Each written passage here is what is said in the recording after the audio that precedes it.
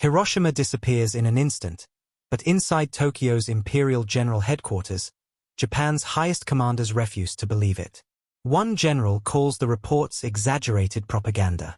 Another insists it's scientifically impossible. The third realizes the terrifying truth, and what he says will force an empire to its knees. Because when Japan's leadership finally understands what destroyed their city, their response will shock the world. What they heard, what they denied, and what they ultimately accepted in that room determined the fate of millions. But first, they had to believe their city was truly gone. August 6, 1945. Morning. Hiroshima goes silent. Not just quiet, completely erased from every communication channel. Japanese high command sits inside Tokyo's Imperial General Headquarters. The first reports arrive. Something catastrophic happened to Hiroshima, but nobody can explain what. The telephones are dead. Every single line. The radio stations stopped broadcasting mid-transmission. Military bases across the city, no response. Command centers that should be coordinating defenses, total silence. War Minister General Korechika Anami picks up another incoming report. He reads it slowly. His expression remains controlled, but his hands tremble slightly. One word appears repeatedly across every dispatch. Flash. A blinding white flash that turned morning into artificial daylight. Then everything went dark. Some reports claim the entire city is burning in flames that won't stop. Others insist there's no city left at all. Just empty space where 350,000 people lived moments before. These reports contradict each other completely. High command doesn't know which ones to trust. But one general already suspects the answer. And what his thinking terrifies him more than any battle he's witnessed in 40 years of military service. The generals gather in the war room. Maps line every wall. Hiroshima should show factories operating, military headquarters directing troops, thousands of soldiers defending positions. Instead, just silence hanging over red markers on paper. A senior intelligence officer speaks first. His voice is measured, careful. He says the Americans dropped a new type of bomb. He doesn't elaborate on what kind. The other generals demand answers immediately. How large was the bomb? How many aircraft were involved? What's the estimated casualty count? His answer stuns the room into complete silence. One bomb. One aircraft. The entire city. Nobody speaks.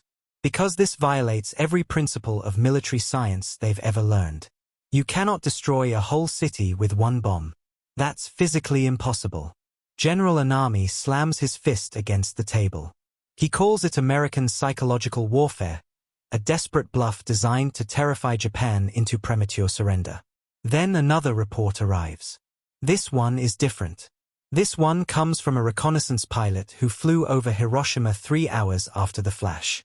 What he witnessed made him physically ill during the flight back. The pilot's written report lands on the table. The handwriting is shaky, almost illegible in places. He describes a cloud formation unlike anything documented in military aviation history. Not a normal smoke cloud, a mushroom-shaped pillar rising 40,000 feet into the stratosphere. Below that cloud, nothing where Hiroshima used to exist. Just smoke and fire spreading in every direction like spilled ink. The pilot claims he could see the destruction from over 150 miles away. The glow beneath the smoke looked like the sun itself had crashed to Earth. One general reads this report 3 times. Each time, his face grows darker. He knows about atomic research. Japan has its own nuclear program. Small, incomplete, years behind schedule. But he understands the theoretical science. If America completed an atomic bomb first. He doesn't finish that thought aloud. But everyone in the room understands the implication. Everything changes. Every defensive strategy. Every plan for continued resistance. Every hope that Japan can negotiate acceptable surrender terms. General Anami still refuses to accept it. He orders an investigation team to travel to Hiroshima immediately. See the evidence with their own eyes, separate fact from hysteria. That team will never reach the city. The investigation team boards a train. Destination, Hiroshima. But 30 miles from the city, the The train stops abruptly. The tracks ahead are destroyed, twisted metal, melted in places no fire should be able to melt steel. The team continues on foot. They climb a ridge overlooking the valley. From the summit, they should see Hiroshima spread across the landscape below. Instead, they see absolute devastation. Smoke, ash, ruins stretching to the horizon. One officer raises his binoculars. He scans the area where the downtown district existed just yesterday. The buildings are gone, not damaged, completely vaporized. The bridges have collapsed into rivers. Those rivers are filled with bodies floating downstream. He lowers the binoculars. His hands shake uncontrollably. He tells the others what he observed, but his voice barely rises above a whisper. They send a radio message back to Tokyo headquarters. For words that change everything. The city is gone. General Anami receives the transmission. He crumples the paper in his fist. Part of him still refuses to believe. Still searches for alternative explanations. Then Japan's leading nuclear physicist enters the room, and what he reveals shatters every remaining doubt. Dr. Yoshio Nishina walks in carrying folders filled with data analysis. He's studied every report, the flash characteristics, the mushroom cloud formation, the total destruction radius, the radiation burn survivors are describing in horrific detail. Nishina speaks with absolute certainty. No emotion. Just scientific facts delivered in a steady voice. This was an atomic bomb. There is no doubt whatsoever. The room erupts instantly. Generals shouting over each other. This cannot be real. America doesn't possess this technology. Nobody does. The science is still theoretical. Impossible to weaponize. But Nishina calmly explains the physics. Splitting uranium atoms. Uncontrolled chain reactions. Energy release equivalent to 15,000 tons of TNT. From one bomb weighing less than 5 tons. One bomb. One instant. One city erased from existence. A general asks the question that freezes everyone in place. How many of these weapons do they have? Nishina shakes his head slowly. I don't know. But building one means they've solved the engineering problems. They can build more. The implications settle over the room like radiation itself. If America possesses multiple atomic bombs, they can annihilate Tokyo, Osaka, Kyoto, Nagoya, every major city in Japan, destroyed in seconds without warning. And Japan's military leadership is powerless to stop it. But to understand why this moment shattered Japan's resolve, why proud generals who'd fought for decades suddenly faced an enemy they couldn't defeat with courage or strategy, we need to understand what led to August 6, 1945, and the desperate calculations that brought the atomic bomb into existence. Before we dive into this story, subscribe and leave a comment telling me where you're watching from. Every view helps bring more stories like this to life. Inside the war room, chaos replaces order. Reports flood in every 15 minutes, each one contradicting the last. One dispatch claims Hiroshima is engulfed in uncontrollable flames. The next insists the city has simply vanished. No flames, no buildings, just empty ground. Intelligence officers spread conflicting photographs across the table. Maps that showed a living, functioning city yesterday now represent nothing but ash and questions. Junior officers scramble to verify information. They can't. Radio operators try raising anyone inside Hiroshima. Silence answers every call. High command begins fracturing mentally. Honor clashes with fear. Pride battles logic.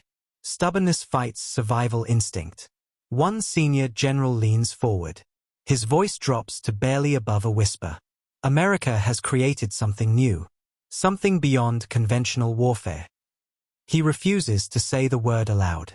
Refuses to name what everyone is beginning to suspect. The room grows unbearably tense. Every general feels it. A threat larger than any enemy they've faced in this entire war. Yet denial still grips many. American propaganda, one insists. Psychological warfare to break our spirit before the final invasion. Meanwhile, far from Tokyo's war room, the human cost becomes impossible to ignore. Mothers wander through smoking ruins, screaming names of children who will never answer. Doctors work without supplies, overwhelmed by burns they cannot treat. Survivors stumble through ash, their skin hanging in strips. And military pride tries desperately to hold its last breath. General Anami orders a reconnaissance aircraft to fly directly over Hiroshima. "Bring me facts," he demands. "Not rumors. Not hysteria. Facts." The plane launches at dawn. 3 hours later, it returns. The pilot climbs out of the cockpit visibly shaken, his flight suit soaked in sweat despite the cool morning air. Inside headquarters, he stands before the assembled generals. His voice trembles as he begins describing what he witnessed. A massive mushroom-shaped cloud towering into the heavens, higher than any mountain in Japan. Below it, nothing recognizable remains. No buildings, no streets, no city, just rubble stretched across miles of scorched earth. Flames still burning everywhere, not normal fires, but flames that seem to feed on air itself. The destruction was visible from over 100 miles away. The smoke column punched through cloud cover at altitudes bombers couldn't reach. His written report lands on the table. The ink trembles across every line, his hand shaking so violently he could barely hold the pen. The room freezes completely. Generals pass the report between them, reading in stunned silence. Each face grows darker. The denial that protected them shatters like glass. One general sets the report down carefully. He speaks quietly, almost to himself. "This is beyond conventional warfare. This is something else entirely." Everything they thought they understood about war just became obsolete. Dr. Yoshio Nishina enters the war room carrying folders thick with calculations and analysis.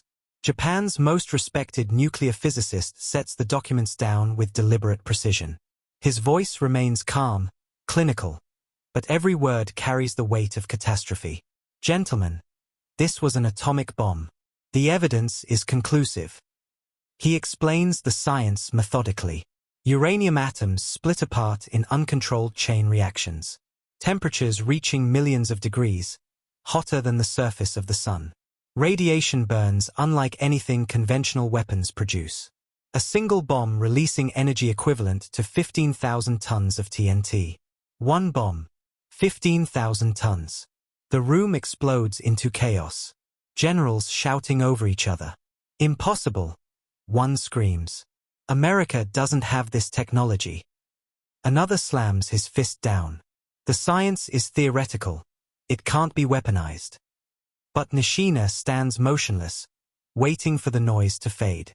Then one general asks the question that silences everyone. "How many of these weapons do they possess?" Nishina's expression darkens. "I don't know. But successfully building one means they've overcome every technical barrier.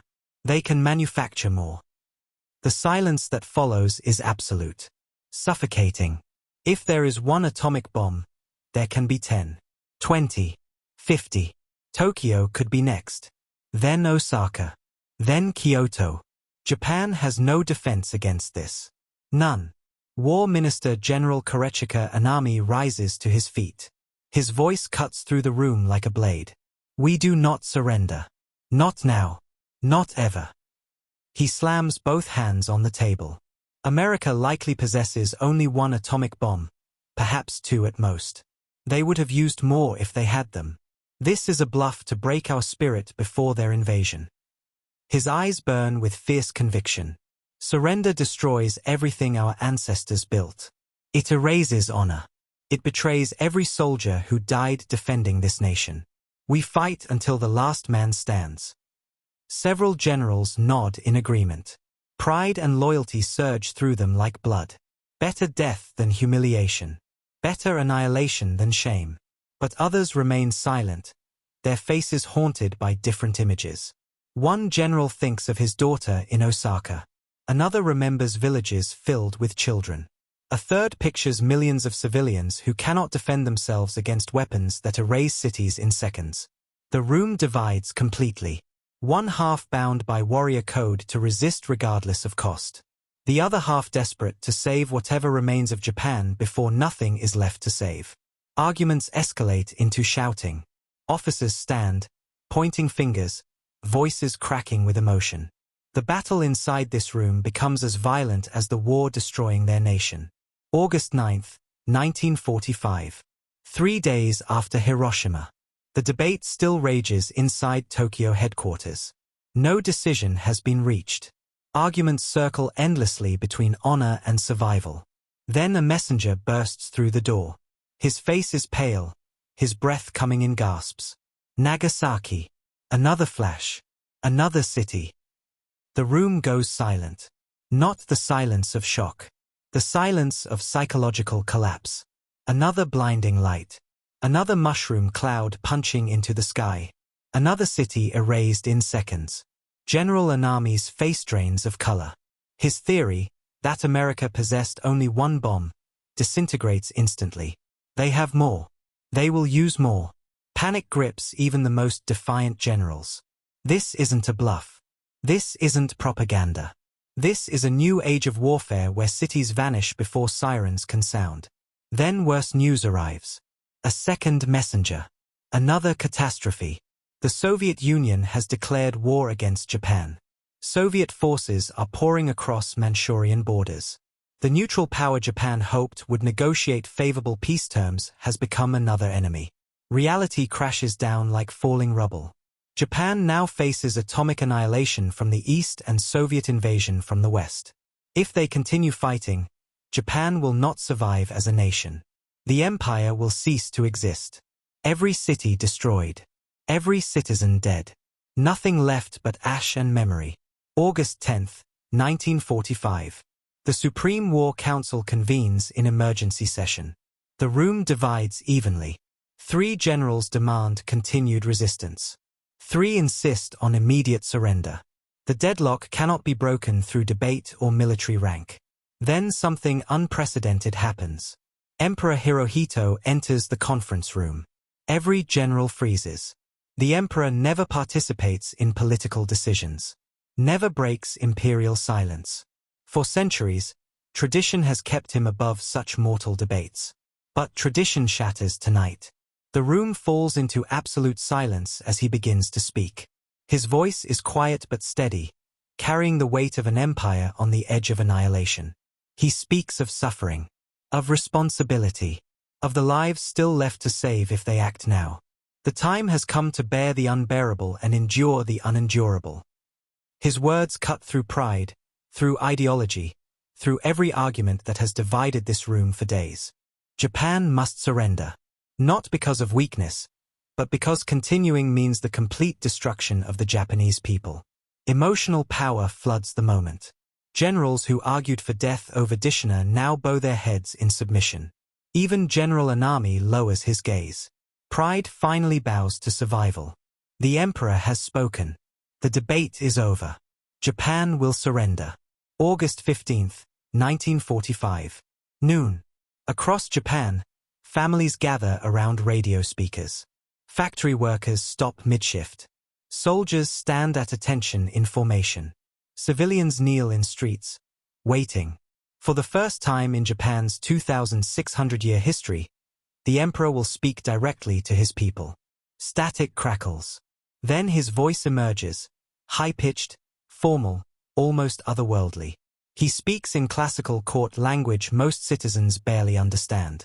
But the meaning cuts through every barrier. Japan has accepted the Allied terms. The war is over.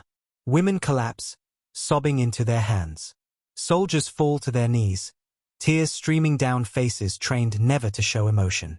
Entire cities freeze in stunned silence. Shame mixes with overwhelming relief. Pride battles gratitude for survival. The unspoken understanding spreads like radiation itself. We lost, but we live.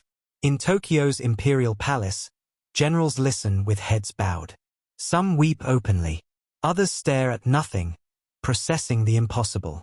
Around the world, allied nations erupt in celebration. Headlines scream victory. Streets fill with dancing crowds. But in Japan, silence.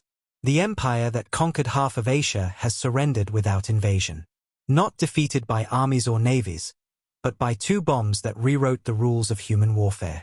Humanity has stepped into the nuclear age. And nothing will ever be the same. August 15, 1945. Hours after the emperor's broadcast. War Minister General Korechika Anami sits alone in his office. The surrender document has been signed. Japan's military era has ended. But for Anami, acceptance is impossible. He cannot live in a Japan that bows to defeat. Cannot witness the occupation of sacred homeland. Cannot bear the weight of failure after a lifetime devoted to martial honor. He writes his final letter to the emperor. The characters flow with steady precision. An apology for failing to secure victory, gratitude for the opportunity to serve, acceptance of responsibility for Japan's fate. Then he performs seppuku, ritual suicide, the warrior's last act of dignity. His death symbolizes more than personal tragedy. It marks the end of Japan's militaristic ideology, the belief that honor transcends survival, that death is preferable to surrender. That era dies with him. Hiroshima did not just destroy a city. It shattered an entire worldview. It reshaped global power permanently. It began a terrifying chapter where humanity possesses the tools for its own extinction. Japan's high command didn't simply lose a war. They witnessed the day a single bomb changed warfare, politics, and human existence forever. The atomic age had begun, and the world would never feel safe again.